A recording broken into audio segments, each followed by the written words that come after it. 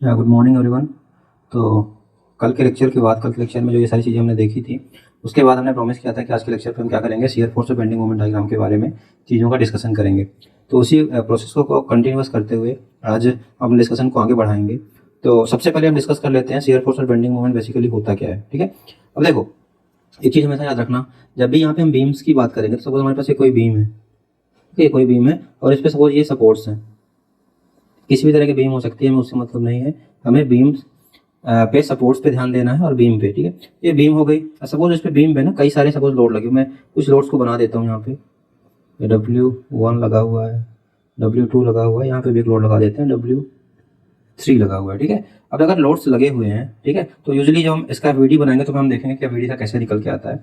अब सपोज किसी ने बोला कि इस बीम की हमें एनालिसिस करनी है। ठीक है, तो किसी भी बीम के एनालिसिस करने के लिए यूजुअली हमें उसको छोटे छोटे सेक्शंस में डिवाइड करना पड़ता है। ठीक है, तो अगर आप इस बीम को छोटे छोटे सेक्शंस में डिवाइड करोगे, बीम केवल एक सेक्शन की बात कर रहे हैं। सपोज फॉर एन एग्जांपल, अगर मैंने इस बीम पे कोई एक सेक्शन लिया, ठीक है, सेक्शन को आप एक्स एक्स से दिखा सकते हो। ठीक है, अगर ये सेक्शन है तो बीम के जैसे आपने सेक्शन लिया तो सेक्शन के लेफ्ट साइड वाला पार्ट, इसको बोलते हैं left part of the section, और सेक्शन के इस साइड वाले पार्ट को क्या बोलते हैं, राइट साइड। ठीक है, right side of the section और ये क्या है हमारे पास, left side of the section. तो बस हमें पहली चीज तो ये ध्यान में रखनी है कि सेक्शन का मतलब क्या होता है। ठीक है, सेक्शन हमने लिया, मतलब बीम को हमेशा दो पार्ट्स में डिवाइड करना। जब भी सेक्शन लेंगे हम, दो पार्ट्स में डिवाइड हो जाएगा। सेक्शन के लेफ्ट वाला पार्ट को लेफ्ट साइड बोलेंगे और राइट वाले पार्ट को राइट साइड बोलेंगे। ठीक है, तो जब बीम को आप दो सेक्शन में डिवाइड करते हो बेसिकली, तो सपोज ये हमारे पास जो बीम थी, उसको अगर मुझे एफबीडी कोई बोले कि एफबीडी बनाओ, तो कुछ इस तरह से मैं एफबीडी बनाऊंगा अबाउट द सेक्शन, कुछ इस तरह से वीडियो बनेगी। उस पर हम क्या वीडियो जब बनाओगे तो क्या दिखाते हो, केवल हमारे पास सारे के सारे रिएक्शंस और जो हमारे पास फोर्सेस लग रहे हैं। ठीक है, तो वो सारे सारे रिएक्शंस और फोर्सेस को हमें इस बीम पे दिखाना होगा, उसको हमने दिखा दिया। उसके बाद ये W3 यहाँ पे भी लग रहा है इस बीम पे, और सपोज यहाँ पे हमारे पास रिएक्शन R2 निकल के आ रहा है। ठीक है, ये फ्री बॉडी हो जाएगा हमारे पास for the given beam, provided कि हमने उसको दो सेक्शंस में डिवाइड कर लिया है। अब क्या होगा हमारे पास, जो हमने यहाँ पे सेक्शन लिया था एक्स एक्स, हमारे पास पता है हमारे पास बीम दो पार्ट्स में डिवाइड हो गई, एक लेफ्ट वाला पार्ट, एक दूसरा राइट वाला पार्ट। अब क्या होगा, जब भी हमें बोला जाएगा कि शियर फोर्स बताओ क्या होगा, तो याद रखना हम विद रिस्पेक्ट टू सेक्शन ही डिफाइन करेंगे शियर फोर्स को। तो अगर कोई मुझसे पूछता है तो शियर फोर्स क्या होता है, ठीक है, तो शियर फोर्स को हम कैसे डिफाइन करेंगे, शियर फोर्स को हम डिफाइन करेंगे, इट इज द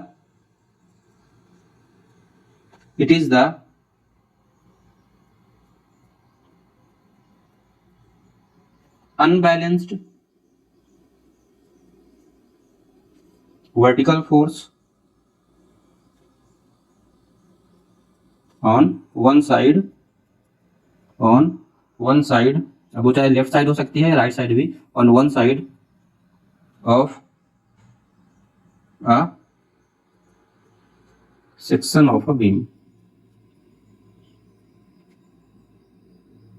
ठीक है, और ठीक है, तो अनबैलेंस, अब अनबैलेंस होता क्या है, so it is basically and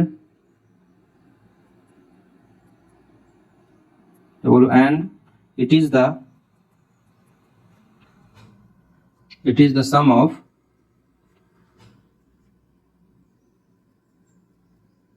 all the normal forces on one side of the section, on one side of the section। तो ये डिफिनेशन को याद रखना। ठीक है, तो देखो समझते हैं कि लिखा क्या हुआ, one side of the section. ठीक है, तो अगर मैं बोलूं कि आपके पास सपोज ये यहाँ पे हमारे पास क्या देगा रखा है, सपोज आपको बीम में दिख रहा है कि हमारे पास लेफ्ट साइड कौन सा है, राइट साइड कौन सा है। तो अगर मैं आपसे बोलूं कि यहाँ पे जैसे अनबैलेंस्ड वर्टिकल फोर्स की बात किया हुआ है, तो अगर मैं बात करूं आपके पास लेफ्ट वाले सेक्शन की, बोलो लेफ्ट वाले साइड की बात करता हूँ with respect to given section, तो लेफ्ट वाले जो हमारा साइड है, लेफ्ट वाला जो साइड है बीम का एक पर्टिकुलर सेक्शन के, उस पे जो नेट अनबैलेंस्ड फोर्स है वो हमारा क्या होगा, शियर फोर्स होगा। तो अगर ये पता है हमें कि W1 लग रहा है, W2 लग रहा है और R1, सपोज मैं एज्यूम करता हूँ कि जो इन सब का रिजल्टेंट फोर्स है वो निकल के कितना आ रहा है, that resultant force come out to be force of magnitude F for the which section, for the left side of the section. ठीक है, तो ये हमारे पास रिजल्टेंट फोर्स निकल के कितना आ रहा है, F। इसी F फोर्स को हम क्या बोलेंगे, इसी F फोर्स को हम बोलेंगे शियर फोर्स। याद रखना, इसी F फोर्स को हम क्या बोलेंगे, shear force. And that is nothing but what, resultant of the अच्छा इसको सम करो क्या आएगा, R1 minus W1 minus W2, यही होगा ना नेट रिजल्टेंट, या बोलो कि नेट अनबैलेंस्ड फोर्स। तो नेट अनबैलेंस फोर्स कितना हो गया हमारे पास R1 minus W1 minus W2 and this force will be called as a shear force. ठीक है, और क्या होता है, sum of the normal forces on one side of the section, जो कि आपको यहाँ पे दिख रहा है। ठीक है, हमने कैसा सम लिया, अलजेब्रिक सम लिया है। ठीक है, तो this is called shear force. ठीक है, अब अगर मुझे बताओ, अगर ये हमारे पास जो लेफ्ट साइड वाला पार्ट है, लेफ्ट साइड वाला पार्ट है जो कि इस पर्टिकुलर सेक्शन के लेफ्ट साइड है, तो अगर ये नेट फोर्स वर्टिकली अपवर्ड आ रहा है, तो क्योंकि पूरी की पूरी बीम क्या है, पूरी की पूरी बीम हमारे पास क्या होती है, इक्विलिब्रियम में होती है। तो अगर नेट अनबैलेंस्ड फोर्स यहाँ पे अपसाइड लग रहा है, दिस मींस अगर मैं right side of the section की बात करूं, दैट इज दिस सेक्शन, तो यहाँ पे जो सेम रिजल्टेंट फोर्स है वो उसी मैग्नीट्यूड का लगेगा, और किस डायरेक्शन में लगेगा, जस्ट अपोजिट डायरेक्शन में लगेगा। दिस मींस अगर left side of the section upward लग रहा है, तो राइट साइड ऑफ सेक्शन कितना लगेगा, F downward, so that net force can be zero and the beam can be in equilibrium. तो बीम को इक्विलिब्रियम रखने के लिए हमें इस तरह की कंडीशंस वहां पे होगी। तो अगर आप ध्यान से इस चीज को देखो तो कैसा कुछ आपको दिख रहा है, सपोज हमारे पास एक ये सेक्शन है, इस सेक्शन को मैं बना देता हूं, ये सेक्शन है, इस सेक्शन के जो हमारे पास लेफ्ट साइड है वहां पे हमारे पास फोर्स ऐसे लग रहा है, और जो सेक्शन का राइट साइड है वहां पे फोर्स कैसे लग रहा है, कुछ इस तरह से। यस और नो, तो जब भी इस तरह की कंडीशन होगी हमारे पास, एक पर्टिकुलर सेक्शन के लेफ्ट साइड में अपवर्ड फोर्स लग रहा होगा, नेट रिजल्टेंट फोर्स, और राइट साइड में नेट डाउनवर्ड फोर्स लग रहा होगा, तो इस तरह से अगर बोलो कि अबाउट सेक्शन के, सेक्शन को किस तरह से रोटेट कराने का ट्राई कर रहा है, या बोलो लेफ्ट पार्ट को with respect to right part के वो क्या कर पा रहा है, अपवर्ड उठाने का ट्राई कर रहा है। सो अगर मैं मूवमेंट के टर्म्स में बात करूं तो यहाँ पे हमारे पास एक क्लॉकवाइज मूवमेंट जनरेट हो रहा है, तो इसको बोला जाता है हमारे पास पॉजिटिव शियर, साइन कन्वेंशन की मैं बात कर रहा हूं, इसको बोलेंगे हम positive shear force. This means whenever the force on the left of the section is upward and the force on the right of the section is downward, उसको बोलेंगे पॉजिटिव शियर फोर्स। अब इसी का रिवर्स कर लेते हैं, reverse कैसे दिखेगा, रिवर्स कैसे दिखेगा, रिवर्स हमें कुछ इस तरह से दिखेगा। ठीक, उसी तरह का सेक्शन ले लिया हमने। ठीक है, आप इसको नाम दे सकते हो एक्स एक्स सेक्शन है हमारे पास, this is x x section है। अब इस सेक्शन में क्या होगा, अगर हमारे पास दिखाना है कि नेगेटिव शियर फोर्स कब होगा, तो ऑब्वियस सी बात है इसका जस्ट रिवर्स ले लो। रिवर्स का मतलब क्या होगा, लेफ्ट साइड में डाउनवर्ड नेट अनबैलेंस फोर्स, और राइट साइड में हमारे पास क्या है, अपवर्ड, तो इसको क्या बोलोगे, निगेटिव शियर फोर्स। तो याद रखना कब उसको पॉजिटिव बोलते हैं, तो ये साइन कन्वेंशन है, पॉजिटिव निगेटिव शियर फोर्स। ठीक है, ये क्या है हमारे पास, this is what, this is sign convention, ये साइन कन्वेंशन। तो याद रखना दिमाग में इस चीज को। ठीक है, सेक्शन के किस साइड किस तरह का फोर्स लग रहा है, या बोलो कि जो सेक्शन के दोनों साइड जो फोर्स लग रहा है वो क्लॉकवाइज कपल प्रोड्यूस कर रहे हैं, तो क्या बोलते हैं हम, पॉजिटिव शियर फोर्स। और हमारे पास अगर वो एंटी क्लॉकवाइज कपल प्रोड्यूस कर रहे हैं तो उसको क्या बोलते हैं हम, निगेटिव शियर फोर्स। यहाँ पे क्या बन रहा है, क्लॉकवाइज कपल। ठीक है, क्लॉकवाइज कपल आप बोल सकते हो बन रहा है, और यहाँ पे क्या बन रहा है, anti clockwise.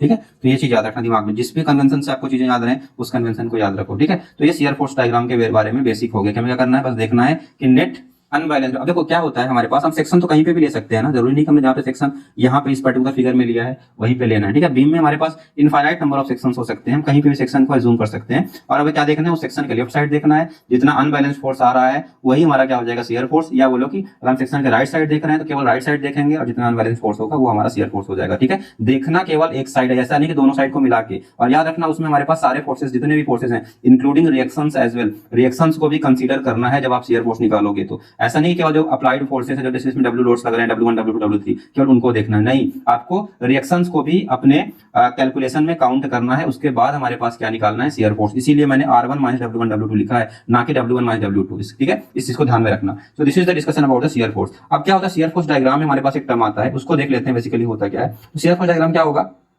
Shear force diagram, shear force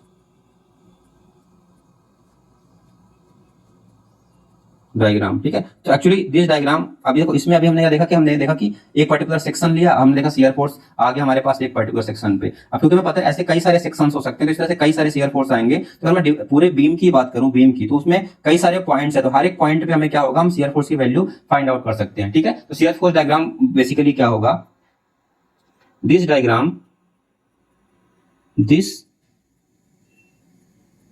diagram shows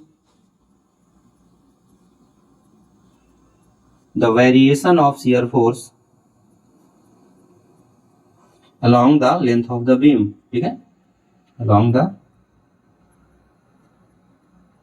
length of the beam, मतलब आप पूरी बीम को इनिशियल पॉइंट से लेके लास्ट जो पॉइंट का पॉइंट है जहां पे सपोर्टेड है वहां तक दोनों इन two end shear forces different sections पे ड्रॉ करो, तो जो वेरिएशन आपको दिखेगा वो किसमें दिखता है, शियर फोर्स की डायग्राम में दिखता है। ठीक है, बाकी साइन कन्वेंशन मैंने बता दिया। अगर शियर फोर्स हमारे पास पॉजिटिव कब माना जाएगा, नेगेटिव कब माना जाएगा, इस तरह से डायग्राम के थ्रू याद रखना कि किस तरह से हमारे पास शियर फोर्स डायग्राम या अगर शियर फोर्स हमें काउंट करना है कि पॉजिटिव होगा कब नेगेटिव होगा। ठीक है, छोटा सा डिस्कशन था शियर फोर्स के बारे में, मैंने बता दिया। तो बाकी इसके ऊपर जितनी ज्यादा प्रैक्टिस करोगे उतनी ज्यादा चीजें क्लियर होंगी। बस आपको ये ध्यान में रखना है कि कैसे सेक्शन लेना है, कौन सा लेफ्ट साइड जूम करना है, कौन सा राइट साइड जूम करना है, उसके बेसिस पे हमें क्या देखना है, नेट अनबैलेंस फोर्स देखना है। वो जिस भी डायरेक्शन में आ रहा है उसके बेसिस पे हम ये डिसाइड करेंगे कि वो पॉजिटिव शियर, हमें एक ही साइड जरूरी नहीं कि हमें दूसरे साइड को भी देखना है, हम केवल एक ही साइड। जैसे मान लो कि हमारे पास यही ऊपर वाला डायग्राम है, हमें पता है कि अगर मैंने नेट देखा तो नेट ऊपर साइड आ रहा है, ऊपर साइड जा रहा है ना शियर फोर्स एफ, जो मैंने रेड से दिखाया है। तो दिस मींस सेक्शन है, सेक्शन के लेफ्ट साइड में अप साइड है, सेक्शन के लेफ्ट साइड में up side, this means it will be positive. ऐसे अगर आपने राइट साइड में देखा होता और राइट साइड में देखा होता तो सेक्शन है, सेक्शन के राइट साइड में डाउन साइड है, सेक्शन है, सेक्शन के राइट साइड में down side, this means again positive.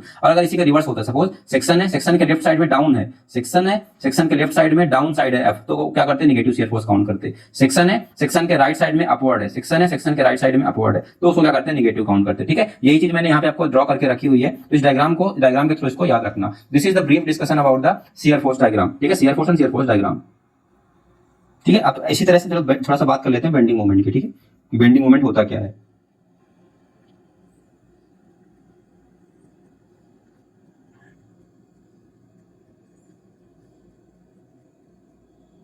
ठीक है, तो फिर से वही बीम बनाते हैं। ठीक है, आप देखो बीम कैसे भी बना सकते हो, ऐसा नहीं कि आपको बीम किस तरह देखना है। मैं सीधे सेक्शन वाली बीम ही बना देता हूं।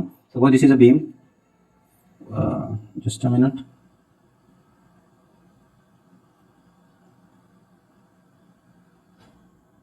ठीक है, ये बीम का एक आधा पार्ट हो गया और बीम का बाकी पार्ट इस साइड है।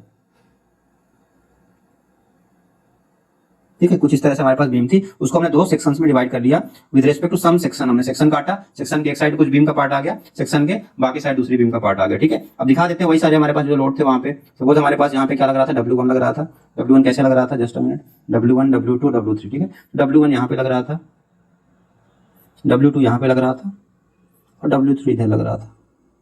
ठीक, उसके बाद हमारे पास क्या थे, रिएक्शंस थी ना, तो रिएक्शंस बना लेते हैं। This was R1 and this was R2। ठीक है, तो अब क्या होगा, बेंडिंग मोमेंट बेसिकली क्या होगा, जब बेंडिंग मोमेंट में आप देखोगे तो क्या करना है, आपको देखना है। वैसे तो आप शियर फोर्स के बेसिस पे जज कर सकते हो, बट वो हम बाद में डिस्कशन करेंगे। तो बेसिकली बेंडिंग मोमेंट क्या होगा, जब आपने सेक्शन लिया तो सेक्शन क्या, एक साइड में आपको लेफ्ट साइड देखो या राइट साइड देखो, आपके ऊपर है। सपोज मैंने लेफ्ट साइड देखा, तो लेफ्ट साइड में मैं देख रहा हूं, तो क्या करना है, जैसे ही आप सेक्शन के अबाउट देखना है। ठीक है, तो अगर देखो पहले इसको डिफाइन कर लेते हैं, बेंडिंग मोमेंट बेसिकली होता क्या है। तो ये होता क्या है basically, it is algebraic, it is algebraic sum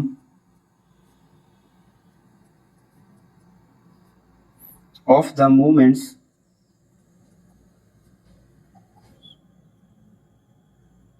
about the section, algebraic sum of the moment किसके about the section, किसका,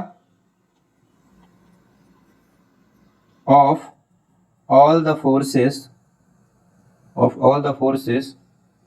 on one side of the beam, on one side of the section. याद रखना, section के एक side का। अभी तक आप फोर्स देख रहे थे, अभी क्या करना है, सेक्शन के अबाउट ही सारे फोर्सेस का आप मूवमेंट देखो। ठीक है, सपोज फॉर एन एग्जांपल मैं यहाँ पे बीम के लेफ्ट साइड को देख रहा हूँ, मतलब कि इस साइड को देख रहा हूँ, मैं इस साइड को देख रहा हूँ, और किसके अबाउट देख रहा हूँ, इस पर्टिकुलर सेक्शन के अबाउट, जहां से मैंने बीम को ब्रेक किया है, इस सेक्शन के अबाउट देख रहा हूँ। मैं लेफ्ट साइड को देख रहा हूँ, किसके अबाउट, पर्टिकुलर सेक्शन के अबाउट, जो कि मैंने एक्स के नाम दे दिया यहाँ पे। तो मैंने देखा कि जो नेट मूवमेंट आ रहा है वो हमारा कुछ इस तरह से आ रहा है। दिस मींस नेट जो मूवमेंट आ रहा है कुछ इस तरह से, इसको बीम को,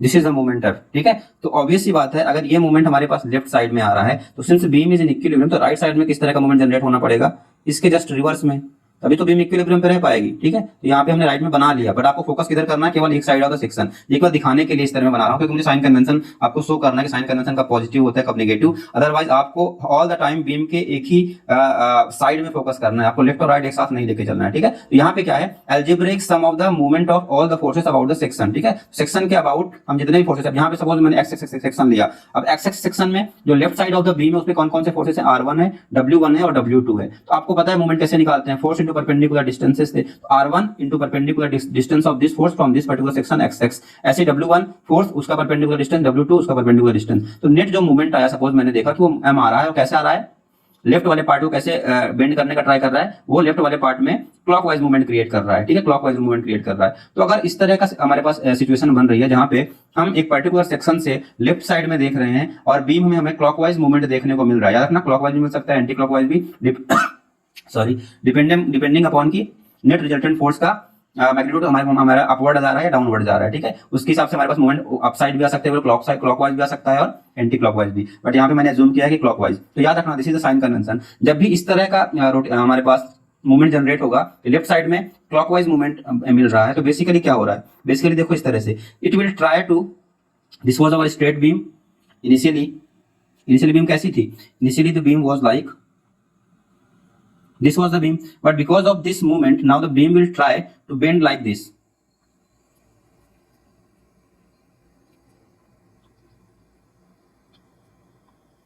तो बीम अब ट्राई करेगा कि इस तरह से बेंड हो जाऊं, ठीक है, यस और नो, बीम में इस तरह से बेंडिंग होगी, किस वजह से, because of the presence of this kind of movement, इस तरह के मूवमेंट की प्रेजेंस से, अबाउट दिस सेक्शन, ठीक है, सेक्शन मैंने बना लिया है, इस तरह के मूवमेंट प्रेजेंस की वजह से बीम क्या करेगी, कुछ इस तरह का मूवमेंट उसमें जनरेट हो रहा होगा, दिस इज अवर सेक्शन, ठीक है, this was our initial beam, tendency of the beam, this is what, tendency of bending of beam because of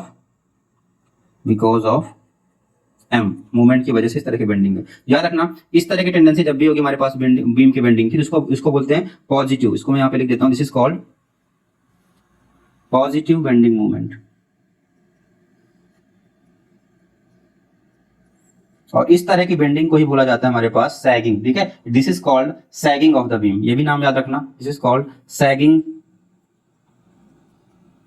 this is called what, sagging bending movement, sagging bending movement को मैं BM से लिख दे रहा हूं, sagging bending movement, तो याद रखना इसको क्या भी बोलते हैं, तो पॉजिटिव बोल दो या तो सैगिंग बेंडिंग मूवमेंट। अब इसी का रिवर्स कर लेते हैं, सपोज हमारे पास यही बीम होती, this was our initial beam, अब क्या हुआ, because of the application of movement now the beam tries to bend like this, ठीक है, तो ये मतलब कि बीम में किस तरह के हमारे पास मूवमेंट जनरेट हो रहा होगा, अब दिस मींस बीम में कुछ इस तरह का मूवमेंट जनरेट हो रहा होगा अबाउट वन पर्टिकुलर सेक्शन हम मान लेते हैं, this is x section, this is x section, तो यहाँ पे इस साइड कुछ इस तरह का मूवमेंट हो रहा होगा और इस साइड कुछ इस तरह का मूवमेंट हो रहा होगा, ठीक है, जब भी इस तरह की कंडीशन बनेगी तो हमारे पास, या बोलो अगर मैं बीम को हॉरिजॉन्टल मानता हूं और उसकी बेंडिंग टेंडेंसी डाउनवर्ड है तो उसको बोलते हैं सैगिंग, और जब उसकी बेंडिंग टेंडेंसी अपवर्ड है तो उसको क्या बोलते हैं, उसको बोलते हैं हॉगिंग बोलते हैं, ठीक है, इसको हम पहली बात तो बोलेंगे क्या, निगेटिव बेंडिंग मूवमेंट, क्या बोलेंगे इसको, निगेटिव बेंडिंग मूवमेंट, और दूसरी चीज इसी को बोलते हैं क्या, हॉगिंग बेंडिंग मूवमेंट, ठीक है, तो याद रखना दोनों चीजें, सैगिंग क्या होती है और हॉगिंग क्या होती है, this is the first case and this is what, second case, ठीक है, पॉजिटिव कब है और नेगेटिव कब है, दिस इज कॉल्ड हॉगिंग, ठीक है, सैगिंग और हॉगिंग हमारे पास दोनों हो गई, ठीक है, बीम किस तरह से रोटेट कर रही है, तो आई होप दिस इज क्लियर। हमें बस क्या करना है, सारे फोर्सेस का मूवमेंट ले लेना है, किसके अबाउट, सेक्शन के अबाउट, और जो भी हमारे पास रिजल्टेंट मूवमेंट आएगा उसके बेसिस पे हम जज कर लेंगे। अब देखो यहाँ पे फिर से मैं बता रहा हूँ, अगर हमारे पास सेक्शन के लेफ्ट साइड में क्लॉकवाइज बेंडिंग मूवमेंट बन रहा है रिजल्टेंट फोर्स का, तो उसको क्या बोलेंगे हम, पॉजिटिव बेंडिंग मूवमेंट या बोलो सैगिंग ऑफ द बीम। और सिमिलरली अगर राइट साइड में देखना है किसी को, तो राइट साइड में एंटी क्लॉकवाइज अगर बेंडिंग मूवमेंट बन रहा है, ज्यादा सेक्शन से राइट साइड में अगर एंटी क्लॉकवाइज बेंडिंग मूवमेंट बन रहा है तो उसको फिर से क्या बोलते हैं, उसको अगेन बोलते हैं क्या, हमारे पास बीम में सैगिंग या बोलो पॉजिटिव बेंडिंग मूवमेंट। अगर इस डायग्राम से आपको याद रह जा रहा है तो अच्छी बात है, अगर जिसको याद नहीं है या इस डायग्राम के थ्रू, तो आप क्या करो, सेक्शन बना लो छोटा सा, कुछ इस तरह से सेक्शन बना लिया। अब इस सेक्शन में रिप्रेजेंटेशन के लिए लिख लो, अगर हमारे पास कुछ इस तरह, इस साइड में कैसे रहेगा ये m और इस साइड में दिस इज m, ठीक है, तो ये क्या बोलोगे, पॉजिटिव। सिमिलरली निगेटिव वाले के लिए भी बना लो, ये हमारा सेक्शन है, ठीक है, इस सेक्शन में बेंडिंग मोमेंट कैसे लग रहा होगा, इस साइड ऐसे और इस साइड ऐसे, ठीक है, तो हमारे पास ये क्या हो जाएगा, this is positive, this is negative what, bending moment, this is bending moment, ठीक है। तो आप इस तरह से भी ध्यान में रख सकते हो, this is for the representation purpose, और आपको बस और किसी मतलब का नहीं है, आपको रिप्रेजेंटेशन के लिए इस तरह से याद रखना है। इसी तरह मैंने यहाँ पे भी बनाया था, उसको भी दिखा देते हैं, ठीक है। याद रखना शियर फोर्स के केस में कैसा है और हमारे पास बेंडिंग मोमेंट के केस में कैसा है। दिस इज और सेक्शन एक्स एक्स, और सेक्शन के राइट या लेफ्ट में हम देख रहे हैं, ठीक है। हमें एट अ टाइम केवल एक के साइड ही देखना है, दोनों में इकट्ठे लेकर नहीं देखना कि राइट भी देखो लेफ्ट में भी देखो, अदरवाइज कंफ्यूज हो जाओगे, ठीक है। एक पर्टिकुलर कोई इनमें से डायग्राम रखो पॉजिटिव या नेगेटिव के लिए, और बेंडिंग मोमेंट ध्यान रखो कि कब हमारे पास लेफ्ट में ऊपर में क्लॉकवाइज दिखा रहा है तो पॉजिटिव, और लेफ्ट में एंटी क्लॉकवाइज दिखा रहा है तो नेगेटिव, ठीक है। This is the discussion about the bending moment. अब बेंडिंग मोमेंट डायग्राम क्या होता है, जैसे शियर फोर्स डायग्राम होता था ना, ठीक उसी तरह से, ठीक है। अब क्या इसमें भी क्या हो सकता है, हम कई सारे सेक्शंस ले सकते हैं across the length of the beam, कई सारे सेक्शंस मिलेंगे, हमारे पास कई सारे बेंडिंग मोमेंट्स भी आएंगे, तो हम क्या करेंगे, हम सारे बेंडिंग मोमेंट को डायग्राम में रिप्रेजेंट करेंगे, डायग्राम में दिखाएंगे, तो उसको क्या बोल दिया जाएगा, बेंडिंग मोमेंट डायग्राम। तो लिख लेते हैं उसको, what is bending moment diagram.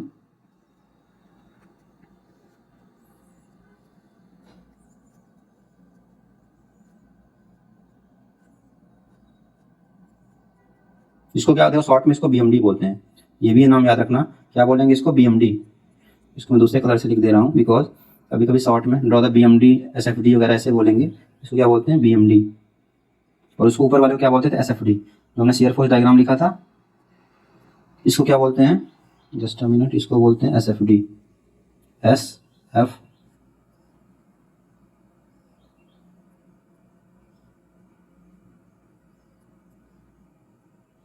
Shear force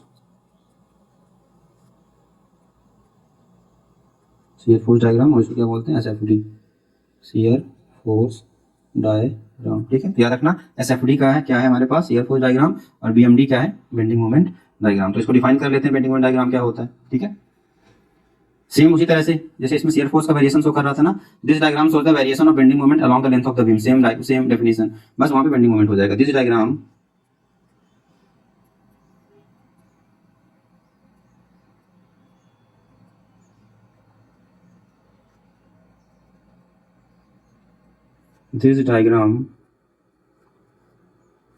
shows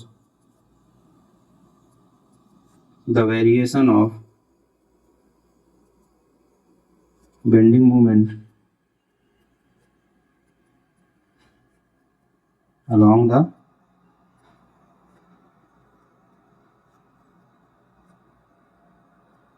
length of the beam. याद रखना, ठीक है, बेंडिंग मोमेंट वेरिएशन शो करेगा दिस डायग्राम, ठीक है। तो ये हमारा ब्रीफ डिस्कशन हो गया शियर फोर्स और बेंडिंग मोमेंट के बारे में, शियर फोर्स, एसएफडी और बीएमडी के बारे में, साइन कन्वेंशन, ये सारी चीजें ही आपको ध्यान में रखनी है, ठीक है। तो अब आ जाते हैं इसका जो मेन टॉपिक है, इनके बीच में रिलेशन क्या होता है, because that relation is very important. तो हेडिंग डाल लेते हैं, रिलेशन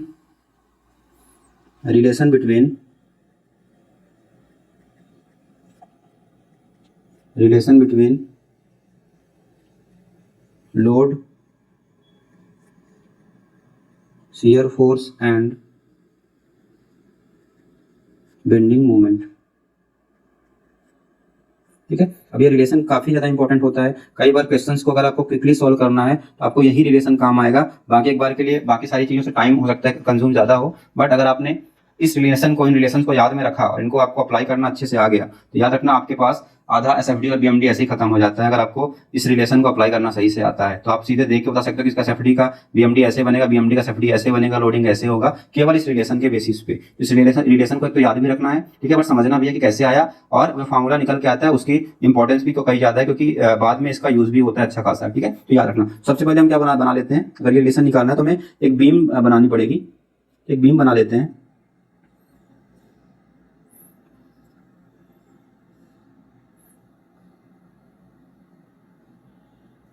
तो थोड़ी इसको इस तरह से थोड़ा बड़ा बना लेते हैं जिससे कि लगे कि हाँ दिस इज बिगर बीम, ठीक है, ये बीम है। अब इस बीम में हम क्या कर लेते हैं, बीम में हम लोडिंग करते हैं, ठीक है। और लोडिंग कैसे करना है, हमारे पास यूनिफॉर्म लोडिंग करना है, तो बस ये कुछ इस तरह से आप दिखा सकते हो, this is a uniform loading.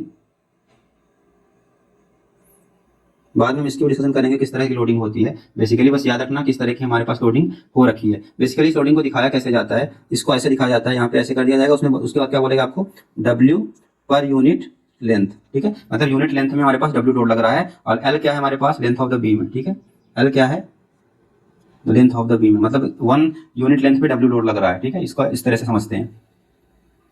अब हम क्या करेंगे, अब क्योंकि हमें रिलेशन फाइंड आउट करना है तो ऑब्वियस बात है मुझे एलिमेंटल लेवल पे चीजों को एनालिसिस करना पड़ेगा, ठीक है। तो एलिमेंटल लेवल पे करना पड़ेगा। सपोज मैंने बीम के एंड से एक एक्स डिस्टेंस पे गया, ठीक है, आपके ऊपर है, आप किसी भी डिस्टेंस पे जा सकते हो। मैं एक्स डिस्टेंस पे गया because usually x is the variable, वो लिया जाता है। और उस वेरिएबल पे लेके मैंने क्या किया, यहाँ पे एक dx लेंथ का एलिमेंट लिया, ठीक है। ये हमारे पास, इसको हम मान सकते हैं कि डेल्टा एक्स लेंथ का हमारे पास हमने इस एलिमेंट लिया। तो हमारे पास इस डेल्टा एक्स वाले लेंथ में कुछ इतना बीम का पार्ट आ गया, ठीक है। अब इसी पार्ट में थोड़ा सा इसको सेपरेट बना के इसकी एनालिसिस करेंगे, ठीक है। तो एक्स लेंथ पे हमने डेल्टा एक्स लेंथ का एलिमेंट लिया। अब देखते हैं इस एलिमेंट पे है क्या क्या चीजें। तो कुछ इस तरह की बीम होगी हमारे पास,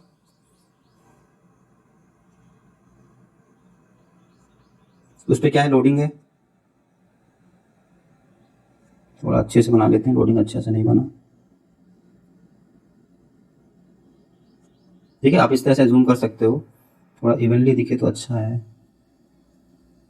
ये कुछ इस तरह से लोडिंग हमारे पास गोल बन गई, ठीक है। सेम लोडिंग जो ऊपर में दिख रही है। अब इस जो एलिमेंट की है उसकी लेंथ कितनी है, इसकी लेंथ है डेल्टा एक्स, ठीक है। अब बताओ मुझे, अगर मैं बात करता हूँ आपसे, सपोज हमारे पास ये बीम का, ऑब्वियस सी बात है, बीम क्योंकि थोड़ा सा इसकी मैंने विथ ले रखी है, तो ऑब्वियस सी बात है बीम का जो सेंट्रल वाला पोर्शन है वो यहाँ से ऐसे रन करेगा, ठीक है। तो यहाँ पे सपोज मैंने सेंट्रल पॉइंट ले लिया, इस हमारे पास इसका सेंट्रल पॉइंट ये है, क्योंकि इसको देखो बाद में बोलेंगे बीम का न्यूट्रल एक्सिस है, अभी कुछ नहीं ऐसा बोलते हैं, अभी एन बस ध्यान रखो कि हमारा बीम का सेंट्रल पोर्शन है, जिससे हमने एक डायरेक्ट करके लाइन ड्रॉ कर दी, तो उससे जो हमारे पास डेल्टा एक्स वाला एलिमेंट था उसका सेंटर पॉइंट निकल के आ गया कहाँ पे, सी पॉइंट पे, ठीक है। बस इतना हमने देखा। तो अब जो कि हमारे पास लोड लग रहा है W, तो इस लोड को हम ऐसे बना लेते हैं, जो लोड यहाँ पे इस तरह से लग रहा है कि suppose W per unit length था ना, और लेंथ कितना हमारे पास डेल्टा एक्स लेंथ है, तो अगर W load per unit length है तो डेल्टा एक्स लेंथ पे कितना लोड लगेगा, W इंटू डेल्टा एक्स। इतना सबको क्लियर है। तो दिस मीन्स अगर मैं बात करूँ इस बीम की, तो इस पे जो मैंने पूरा का पूरा लोड यहाँ पे लगा दिया, आप चाहो तो दूसरे उससे बना सकते हो कलर से,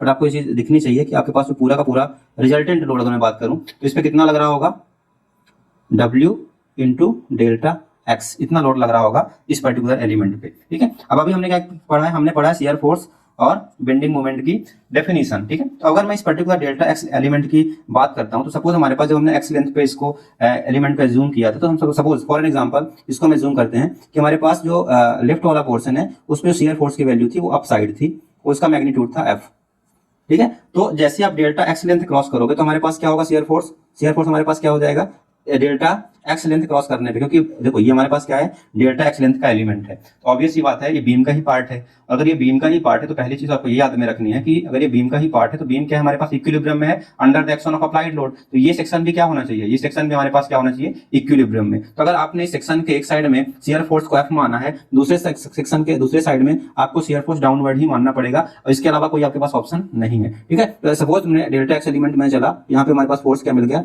F plus delta F amount of force हमारे पास यहाँ पे ऐड हो गया। अब वो डिपेंड करता है कि हमारे पास फोर्स इंक्रीज हो रहा है डिक्रीज, तो प्लस और माइनस का साइन आ जाएगा, बट अभी के लिए मैंने प्लस साइन मान लिया क्योंकि हमें सारी चीजों से को पॉजिटिव में ही डील करना होता है, ठीक है। तो मैंने शियर फोर्स को एज्यूम कर लिया, इस साइड एफ था और हमारे पास इस साइड कितना है, F plus delta F. Similarly आप बेंडिंग मूवमेंट भी एज्यूम कर सकते हो, इस साइड में हमारे पास जो लेफ्ट पोर्शन में बेंडिंग मूवमेंट क्या था, एम, ठीक है। अब इसको बैलेंस करने के लिए, बैलेंस करना है ना, तो राइट साइड में क्या एज्यूम कर सकते हैं कि राइट साइड में जो बेंडिंग मूवमेंट लगेगा वो क्या होगा, एम प्लस एम माइनस भी एज्यूम कर सकते हो, पर मैंने बोला ना सारी चीजें भी हम पॉजिटिव में एज्यूम करेंगे। तो लेफ्ट साइड में इसको बैलेंस करने के लिए M plus delta M bending moment हमारे पास अप्लाई हो रहा है, because the beam is in equilibrium, clear. तो ये हमारा छोटा सा एलिमेंट था, उसमें हमने शियर फोर्स देखा कैसे इसमें वेरिएशन हुआ प्लस डेल्टा एफ से, मूवमेंट था, movement M plus delta M से across the length of the element, इस तरह से हमारे पास चला गया, ठीक है। तो this is the main part जो कि आपको समझना है। शियर फोर्स कैसे एज्यूम किया, डेल्टा एक्स लेंथ थी तो शियर फोर्स में चेंज कितना होगा, डेल्टा एफ होगा, तो उसके क्रॉस कितना हो जाएगा, एक साइड एफ था दूसरी side F plus delta F हो गया। अगर हमने मूवमेंट एज्यूम किया एक साइड एम, तो जैसे डेल्टा एक्स लेंथ क्रॉस करेंगे तो मूवमेंट क्या हो जाएगा, M plus delta M for keeping this element in equilibrium, ठीक है। इस हिसाब से अब देखो यहाँ पे क्या है, मैंने अगर आप बोलोगे सर आपने लेफ्ट साइड एम लिया है तो अगर इक्विलिब्रियम की बात करो तो एम ही लो, बट यहाँ पे एक्जैक्टली हम इक्विलिब्रियम की बात नहीं कर रहे हैं, हम किसकी बेसिकली बात कर रहे हैं, हम बात कर रहे हैं कि बीम में क्या है, मूवमेंट का वेरिएशन कैसे हो रहा है वो दिखा रहे हैं। तो यहाँ पे हमने सेक्शन बेसिकली एज्यूम, सेक्शन क्या होता है, सेक्शन की कोई लेंथ नहीं होती, यहाँ पे क्या है डेल्टा एक्स का हमने एक एलिमेंट एज्यूम किया है और उस एलिमेंट के क्रॉस हम क्या देख रहे हैं, इस शियर फोर्स का वेरिएशन कैसे हो रहा है, बेंडिंग मोमेंट का वेरिएशन कैसे हो रहा है, that's why we have to show that particular variation. इसीलिए मैंने सेक्शन के क्रॉस ये बोलो कि इस एलिमेंट के क्रॉस इस तरह से चीजें बनाई है। तो याद रखना, this is an element, this is an element of a beam, this is an element of a beam, ये कोई सेक्शन नहीं है, ठीक है, सेक्शन नहीं है, क्या है, एलिमेंट ऑफ अ बीम है। तो उसी के क्रॉस हम देख रहे हैं किसका वेरिएशन, बेंडिंग मोमेंट का और शियर फोर्स का वेरिएशन, ठीक है। उस एलिमेंट पे W डेल्टा एक्स लोड लग रहा था, उस लोड के लिए हमारे पास शियर फोर्स का वेरिएशन कैसे हुआ, पहले F था, अब हमारे पास क्या हो गया, F plus delta F, bending moment M था, अब क्या हो गया, M plus delta M, clear, ठीक है। हम बीम के सेंटर पोर्शन को C मान के उसके अबाउट चीजों को कैलकुलेट कर रहे हैं। ठीक है। तो ये सारी चीजें हो गई। अब देखो आधे लोगों को कंफ्यूजन हो गई, सर आपने एफ यहाँ पे ऊपर माना, यहाँ पे नीचे मान लिया। तो यार देखो आप ऊपर भी मान सकते हो, ठीक है। अगर यहाँ पे आपने एफ लिया है, यहाँ पे आप एफ प्लस डेल्टा एफ ऊपर भी ले सकते हो। यहाँ पे एम लिया है, यहाँ पे एम प्लस डेल्टा एम। अगर यहाँ पे क्लॉकवाइज लिया तो क्लॉकवाइज ही ले लो, आपके ऊपर है, उससे कोई फर्क नहीं पड़ने वाला। क्योंकि अल्टीमेटली हमें क्या करना है, हमें इस एलिमेंट को क्या करना है, इसको इक्विलिब्रियम, तो बीम का पार्ट है तो ये एलिमेंट इक्विलिब्रियम में रहेगा ही। तो अल्टीमेटली हमें इसे इक्विलिब्रियम में ही रखना है, ठीक है। तभी हमारे पास सारी चीजें निकल के आएंगी। तो यहाँ पे अगर मैंने एफ ऊपर लगाया, आपको चाहिए कि यहाँ पे भी एफ ऊपर लगाओ, तो आप लगा लो, सारी चीजें निकल के आपको सेम वैल्यू मिलेगी, कोई चेंजेस नहीं होंगे। फिर से बता रहा हूं मैं, अगर एम को यहाँ पे क्लॉकवाइज लगाया, यहाँ पे भी क्लॉकवाइज लगाना है, आप लगा लो, कोई प्रॉब्लम नहीं है। क्योंकि हमें उसका मूवमेंट, इस एलिमेंट के लिए नेट मूवमेंट भी जीरो होना है, इस एलिमेंट के लिए नेट शियर फोर्स का जो बोलो कि जिसकी वजह से इसका इक्विलिब्रियम मेंटेन रहना है, वो भी नेट फोर्स का समेशन भी जीरो होना है, ठीक है। तो पहला पार्ट चलो करते हैं। पहला पार्ट क्या है, for the equilibrium of an element, for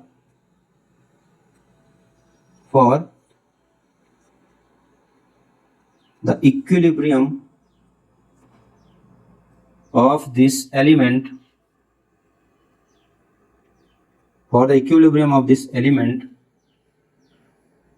summation of all the vertical forces must be zero। यही होगा ना। तो summation of all the vertical forces must be zero. करो जल्दी से चलो।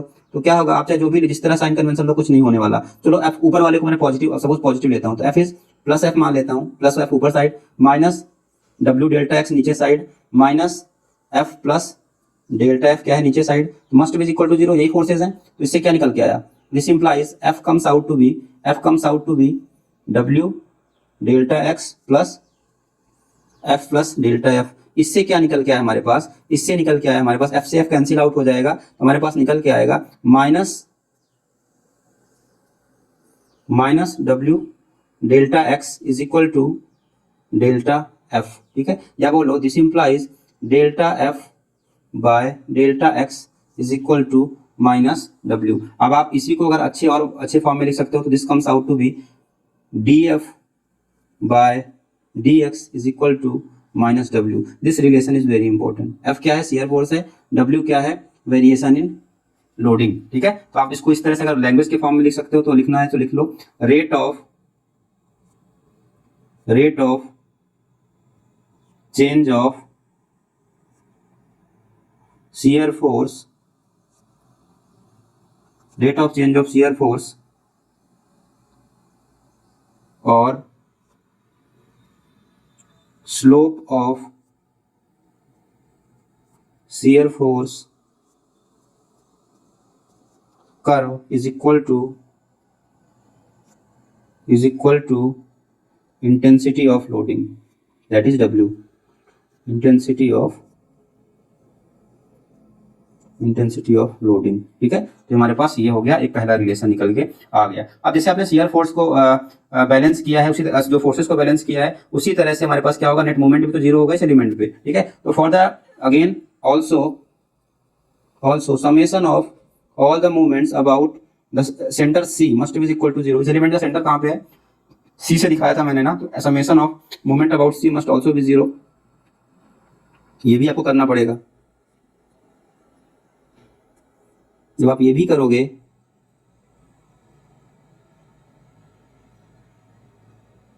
तो हमारे पास क्या निकल के आएगा, देखो सबसे पहले तो क्लॉकवाइज मूवमेंट अभी के लिए पॉजिटिव ले लेते हैं, ठीक है। तो सी के अबाउट जब आप एम देखोगे, तो एम तो हमारे पास एज इट इज लग रहा है, तो एम को लिख दो। उसके बाद एफ का मूवमेंट आएगा ना, एफ का मूवमेंट कितना आएगा, टोटल एलिमेंट की लेंथ डेल्टा एक्स है, तो F is at half distance from the centre, या बोलो सेंटर से हाफ डिस्टेंस पे है, तो कितना आएगा हमारे पास, F into delta x by two. Yes और नो, तो इसको लिखते हैं। चलो तो कैसे आ जाएगा, this will come out to be, M तो एज इट इज रहेगा, क्लॉकवाइज को मैं पॉजिटिव मान रहा हूँ, एम प्लस, क्योंकि एम के साइड जैसे ही मूवमेंट हमारे एफ का भी होगा, F into delta x by two plus F into delta x by two about the centre, ठीक है। बाकी फोर्स क्या है, एफ प्लस डेल्टा एफ है और एम प्लस डेल्टा एम। तो इनका मूवमेंट कैसे आएगा, एम प्लस डेल्टा एम तो एंटी क्लॉकवाइज है, तो माइनस साइन आ जाएगा। एफ प्लस डेल्टा एफ हमारे पास क्या है, क्लॉकवाइज है, तो इसका साइन क्या आएगा, इसका साइन प्लस ही रहेगा, ठीक है, सेंटर के अबाउट। तो सेंटर के अबाउट क्या हो जाएगा, F plus delta F into delta x by two plus F plus delta F into delta x by two, और एम वाला क्या हो जाएगा, minus M plus delta M, that must be equal to zero, ठीक है। ये हमारे पास zero होना पड़ेगा। तो इससे थोड़ा सा सिंप्लीफाई कर लेते हैं। This implies M plus F delta x by two plus F delta x by two plus delta F into delta x by two minus M minus delta M must be equal to 0। ठीक है, अब जो जो हमारे पास जहाँ पे 2 बार delta multiply है उनको हम बोल सकते हैं कि दे आर वेरी स्मॉल। ठीक है, दे आर नेग्लिजिबल, क्योंकि बहुत ही छोटी क्वांटिटीज हैं। ठीक है, तो इसको क्या कर सकते हैं हम, इसको हम इग्नोर कर सकते हैं। तो इग्नोर करो तो क्या आएगा, this implies M plus F delta x हो जाएगा ना, delta x by two delta x by two minus M minus delta M is equal to 0। This implies F delta x minus delta M is equal to 0। This implies F comes out to be delta M by delta x, और आप ऐसे इसको लिख सकते हो कि D M by D x is equal to F. This is the second relation which is very important. ठीक है, तो इसको कैसे याद रखना है, कैसे इसको याद रखना है, इसको आप इस तरह से याद रख सकते हो लैंग्वेज के फॉर्म में कि रेट ऑफ चेंज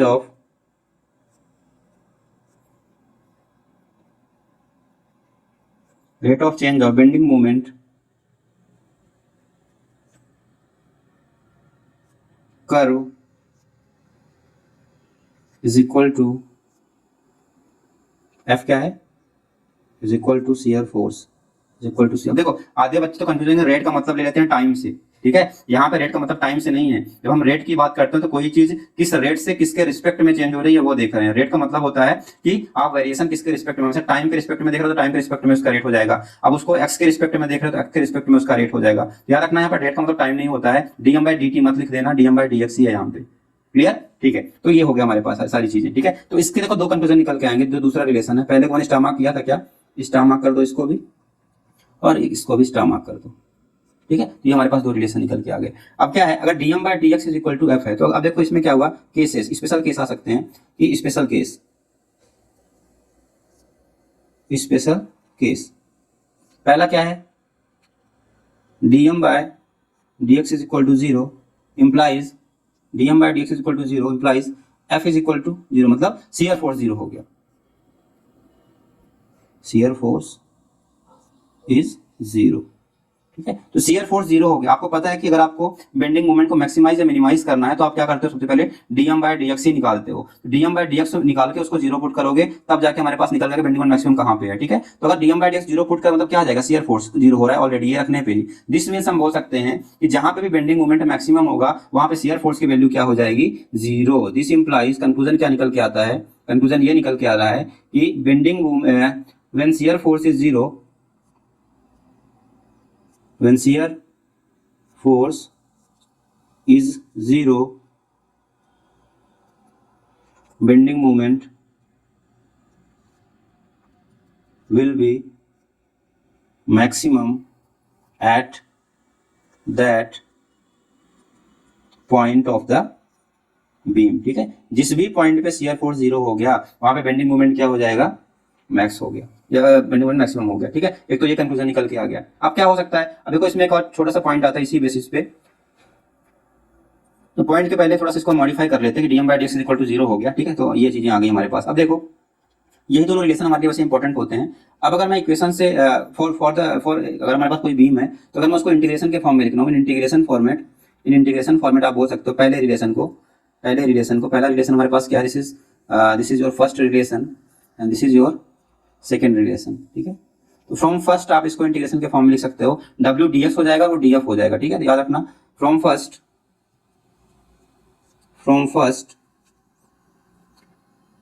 डब्ल्यू, आप इसको इस तरह लिख सकते हो, फोर्स है ना उधर साइड, तो D F is equal to W D x with minus sign, ये सो इंटीग्रेशन के फॉर्मेट में। तो अगर मैं बोलूं कि D F varies from point A to B, तो ये भी क्या होगा, ए टू बी वेरी करेगा। तो आप इसको इस तरह से बोल सकते हो, F B shear force at point B minus shear force at point A is equal to minus of integration A to B W D x. Minus sign को उधर ले जाओगे तो क्या होगा, this implies F A minus F B comes out to be, minus sign eliminate हो गया W D x. So this relation is again important. हमारे पास याद रखना ए टू बी है, बी टू ए नहीं है, ए टू बी इंटीग्रेशन है, इस साइड हमारे पास F B minus F A नहीं है, F A minus F B है, तो ये इंटीग्रेशन फॉर्मेट में इंपॉर्टेंट होगा। सिमिलरली फ्रॉम टू में क्या आ जाएगा, टू से क्या आ जाएगा, टू वाला देखो क्या था, टू था हमारे पास D M by D x is equal to F, तो एफ डी एक्स हो जाएगा। दिस मीन्स हम क्या लिख सकते हैं कि D M is equal to F D x. Integrate कर दो दोनों साइड, कहाँ से कहाँ तक, ए से बी तक, ये भी ए से बी तक इंटीग्रेट हो जाएगा। This implies M B minus M A is equal to integration A to B F D X. ठीक है, यहाँ पे M B minus M A है, M A minus M B नहीं है, बस आपको ये डिफरेंस याद रखना है। ठीक है, जस्ट रिमेंबर, ये बोलो memorise this relation because this is important कि हमारे पास क्या रिलेशन क्या निकल के आ रहे हैं। ठीक है, दो ये मेन कंक्लूजन है। उसके बाद हम तीसरा कंक्लूजन निकाल सकते हैं, since F is equal to D M by D x and W is equal to minus df by dx, this implies f equal to f is equal to W is equal to minus d by dx of f। क्या है हमारे पास, dm by ds। this comes out to be W is equal to minus d square m by dx का square. इसको भी याद रखना, this relation is again important. अगर आपको सीधे बेंडिंग मोमेंट से W निकालना है तो this relation can be simply used. ठीक है, हमारे पास ये रिलेशन भी आ गया, W is equal to minus df by dx से। ठीक है, अब देखो ये जो हमने दो रिलेशन निकाले, F A minus F B और M A minus M B, इसी को थोड़ा सा अगर मैं लैंग्वेज के फॉर्म में अगर आपको लिखना तो आप लिख सकते हो कि इसको अगर लैंग्वेज फॉर्म में कैसे लिखोगे, शियर फोर्स, या बोलो कि variation of shear force between two sections is equal to area under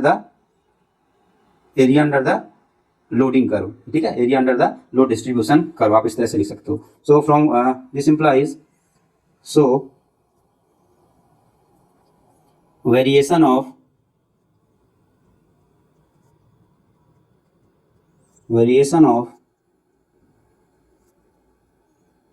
shear force between two sections. अब देखो ये पे टू सेक्शंस क्यों बोल रहे हैं, देखो जो एलिमेंट हमने लिया था उसमें हमारे पास क्या हम बोल सकते हो कि एलिमेंट के एक साइड हमारा सेक्शन, एक इस तरह से आप मान सकते हो कि एलिमेंट के एक साइड में सेक्शन है डेल्टा एक्स लेंथ के पहले और डेल्टा एक्स लेंथ के बाद दूसरा सेक्शन है। ठीक है, इसीलिए आप इसको ए और बी नेम की, आपके पास एलिमेंट के लेफ्ट साइड वाला पार्ट को सेक्शन बोल दो, सेक्शन ए, और साइड वाले पार्ट को, या राइट साइड वाले पार्ट को सेक्शन बी बोल दो। तो वेरिएशन ऑफ शियर फोर्स मतलब एफ ए और F B, variation of shear force between two sections क्या हो जाएगा हमारे पास, एरिया वही लिखा हुआ है, वही भी देखो बना, F A minus F B equal to A B W X. तो variation of shear force between two sections is equal to area under load distribution curve।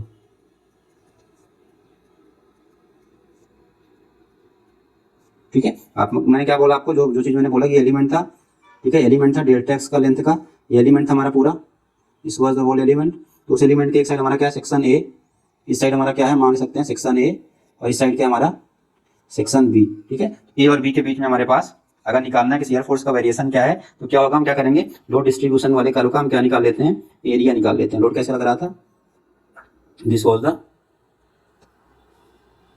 The loading. ठीक है, इस तरह से लोड लग रहा था, तो हम लोड का वेरिएशन निकाल लेंगे। ठीक है, सिमिलरली एंड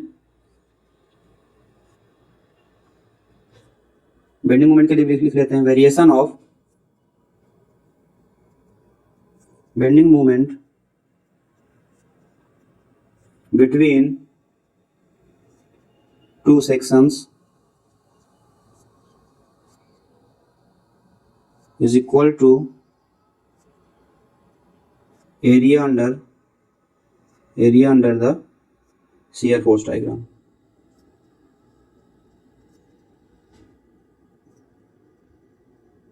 ठीक है, सिमिलरली हमने एलिमेंट वही लिया है, बस उसी के रेफरेंस में आपको किससे जो हमारा रिजल्ट आया M B minus M A is equal to A B F D x, उसी से हमने ये चीजें बता दी। ठीक है, अब एक छोटा सा पॉइंट आता है, इसको बोलते हैं, कभी कभी एग्जाम में पूछा जाता है, वो होता है point of contra fracture. Point of contra point of contra flexure और point of inflection, point of inflection, क्या होता है, पॉइंट ऑफ इन्फ्लेक्शन, ठीक है। तो क्या होता है point, it is a point, it is a point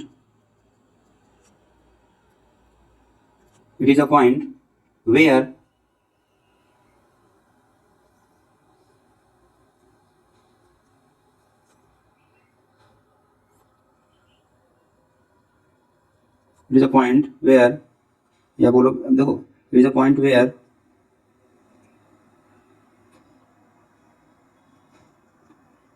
type of bending changes from sagging to hogging और वाइस वर्सा, ठीक है, और वाइस वर्सा, ठीक है, जहां पे भी दिस इंप्लाइज बेंडिंग मूवमेंट